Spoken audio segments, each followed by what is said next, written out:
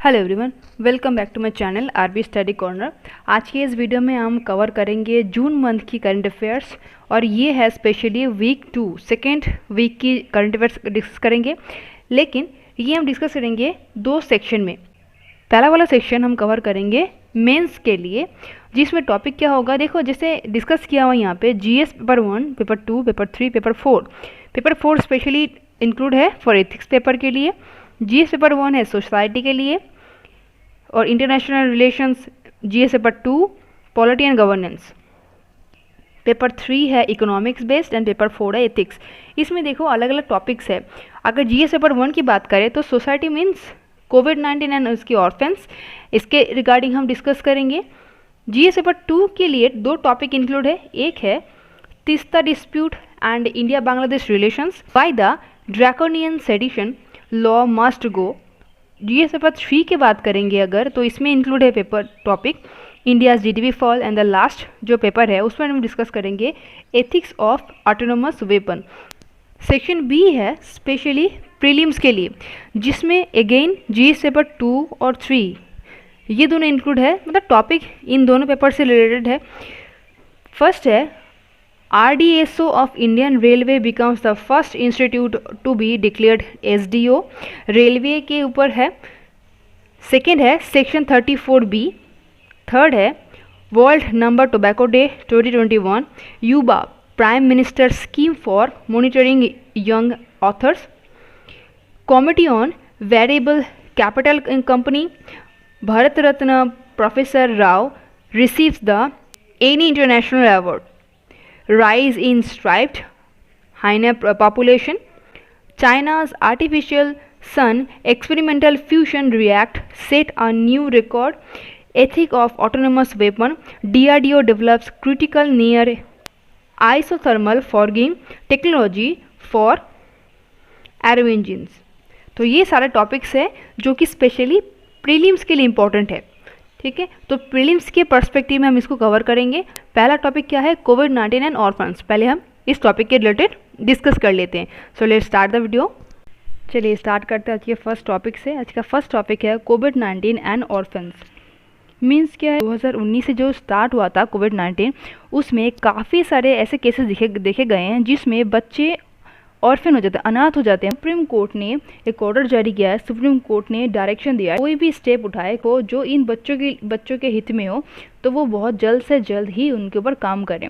इसके बैकग्राउंड एक बार देख लेते हैं। जो पेंडेमिक पिछले साल से स्टार्ट हुआ था उसमें से दो केसेस आए हैं। एक है 1442, ये जो फिगर है ये याद रखिएगा क्योंकि ये गवर्नमेंट की फिगर है, तो ये डायरेक्टली आप अपने आंसर राइटिंग में यूज़ कर सकते हो, जो आपकी नंबर जो स्कोर है वो करने में बहुत मदद करेगा।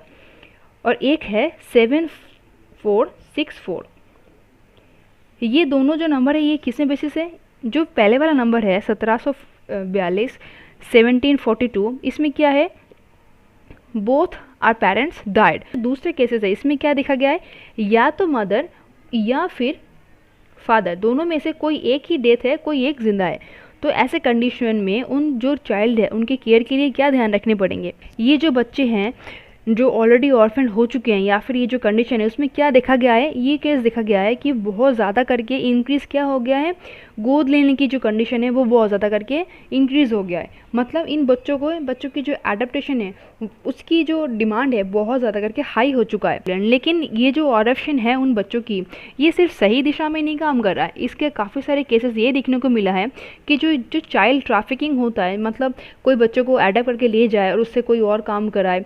मतलब आप समझ सकते हैं कि जैसे आप काफ़ी बार देखे होंगे कि रोड पे कोई भीख मांगते हैं, किसी को कुछ और काम लगा देते हैं, चाइल्ड लेबर के काम के लिए लेके जाते हैं, तो वो लेके तो जाते हैं एडेप्ट करके, लेकिन उनसे काम कुछ और करा रहे हैं। ठीक है, तो वो सारे केसेस ज़्यादा करके देखने को मिल रहा है।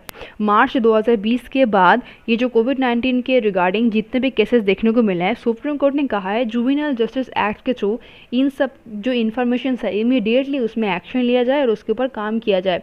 और इसी के जो काम करेंगे उनका पर्टिकुलर एक नेम देंगे जो कि NCPCR के अंडर में होगा।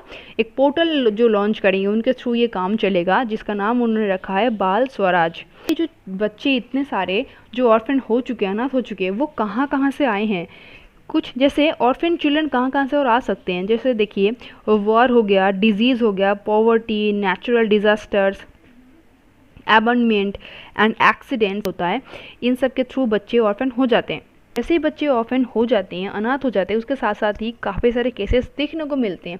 किस टाइप के केसेस देखने को मिलता है? सबसे पहले दिखता है कल्चरल प्रेशर्स, कि उनके ऊपर प्रेशराइज किया जा रहा हो, निगलेक्ट किए जा रहे हो, अब्यूज़ किए जा रहे हो, चाइल्ड स्लेवरी बनाए जा रहे हो। ये चीज़ें ज़्यादा करके बढ़ भी सकता है और देखने भी जाते हैं और देखे भी जाते हैं।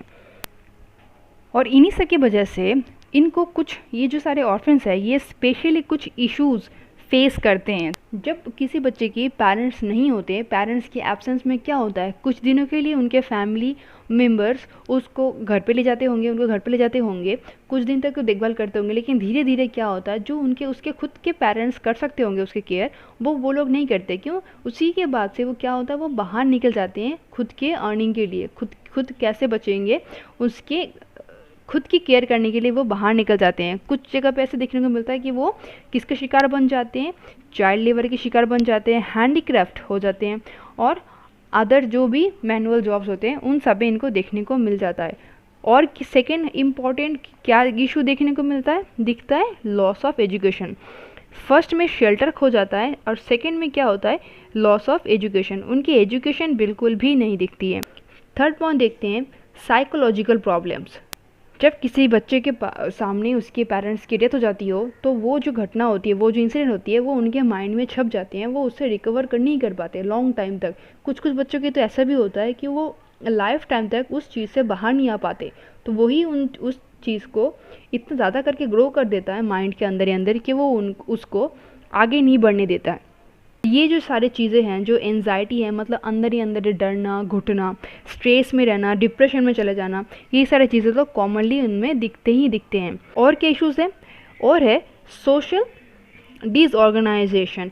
पेरेंट्स की अगर डेथ हो जाती है, तो डेथ के बाद जो बच्चे की जो काइंडशिप है वो एकदम से ख़त्म हो जाती है। जो बच्चे की क्या होती है, ग्रो अलग तरीके से होती है, क्योंकि उसकी जो फैमिली है, उसकी केयर की जो उसकी खर्चा होगा, वो दूसरे उठाने से मुकर जाते हैं। अगर कोई गर्ल चाइल्ड होता है तो उसके बढ़ना और ज़्यादा करके मुश्किल हो जाता है, वो फ्रीली बढ़ नहीं पाती है, काफ़ी सारे मुश्किलों का सामना करने पड़ते हैं।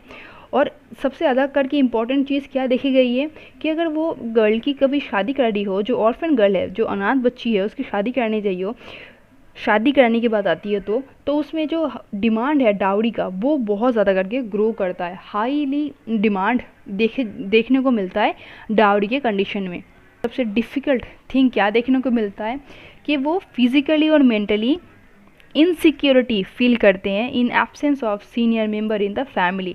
जैसे कि मैंने आपको बताया कि फैमिली में अगर सबसे जो head of the family member हो, अगर उनके एब्सेंस हो जाए, तो उस फैमिली की कंट्रोलिंग पावर किसी और के हाथ में आ जाती है।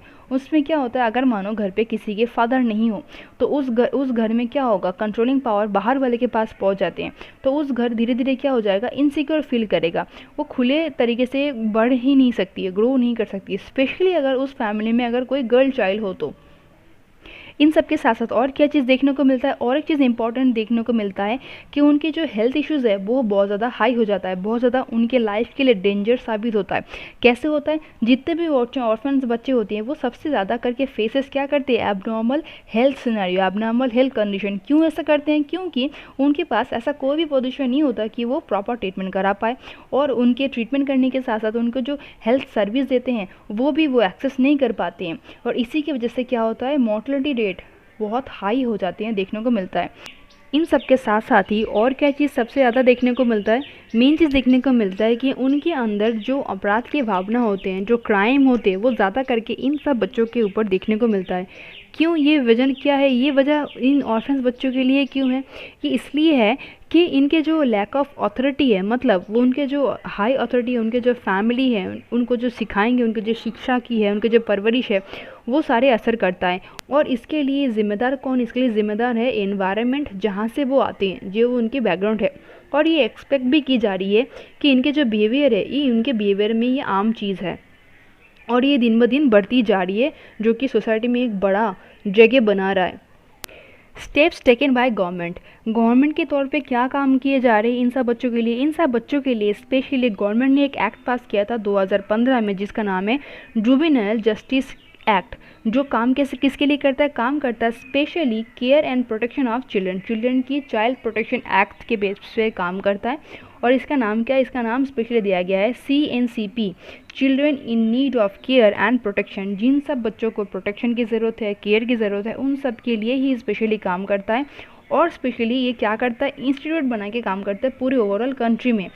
2015 के जो जुवेनाइल जस्टिस एक्ट्स के तहत जितने भी प्रोटेक्शन के बेसिस पे बोला गया है, इंस्ट्रक्शन दी गई है, उन सबको फॉलो करके ही ये CPS काम करता है। ये सिर्फ काम करता है किसके लिए, चाइल्ड प्रोटेक्शन के लिए काम करता है, इसीलिए इसका नाम क्या दिया गया है, CPS, चाइल्ड प्रोटेक्शन एक्ट। ये एक स्टैट्यूटरी केयर करता है, स्टैट्यूटरी बॉडी का काम करता है। इसमें लिए स्पेशली क्या काम करते हैं, उन सब बच्चों को रिहेबिलिटाइजेशन सेंटर में रखते हैं। अगर मानो कोई क्राइम करते हो बच्चा, तो उसको कम एज में उसको जेल में नहीं डालते, उसके लिए स्पेशली क्या बनाया गया है, स्पेशली बनाया गया है रिहेबिलिटाइजेशन सेंटर, जहाँ पे उन बच्चों को रखे जाते हैं, उनकी एजुकेशन देती है, उनकी परवरिश की जाती है और उनको प्रोटेक्ट करते हैं उन सब गलत काम से बाहर निकलने के लिए।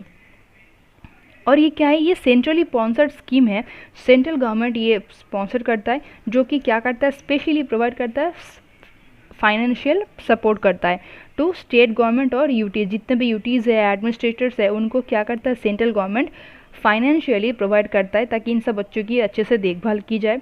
और कौन से एक्ट के तहत, juvenile justice act 2015 and juvenile rule, जितने भी सारे NGOs है जो काम करते हैं, उनके अंडर में ये सारे चीज़ें प्रोवाइड की जाती है। और कुछ है, एक है वेब पोर्टल भी लॉन्च की गई है, ताकि मेजर सेक्टर में, मास एरिया में, वास्ट सेक्टर में ये कवर अप हो पाए under the child protection service. Conclusion देखते हैं, कंक्लूशन में ये बोला जा रहा है कि ऐसे जितने भी सारे केसेस है, ये पूरे सिर्फ इंडिया में नहीं है, ओवरऑल वर्ल्ड में देखे जाते हैं।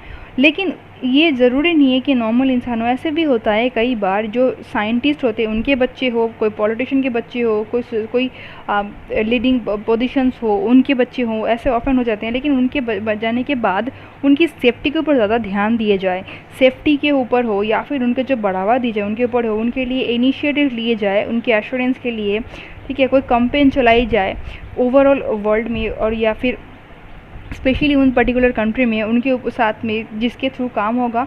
और इन सब के लिए जो काम करेंगे उनके लिए किन किन को काम करने पड़ेंगे, जो नॉन गवर्नमेंटल ऑर्गेनाइजेशंस हैं उनको भी आगे आना चाहिए इंडिविजुअली वो, ताकि अगर काम करेंगे तो इन सब बच्चों की क्या होगा, फ्यूचर, इनके भविष्य बहुत उज्जवल होगा।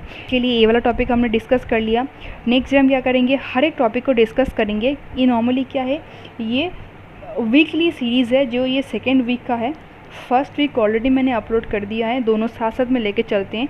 ऐसे क्या होगा, एक एक टॉपिक अगर हम डिस्कस करेंगे तो क्या होगा, इन डेप्थ हम इसके बारे में बात कर सकते हैं, इन डेप्थ हम इसके बारे में नॉलेज गेन कर सकते हैं, जो कि हमारे आंसर राइटिंग में बहुत ज़्यादा करके हेल्प कर सकता है। सो आई होप ये वीडियो आपके लिए बहुत हेल्पफुल होगा। So have a good day all of you, good bye.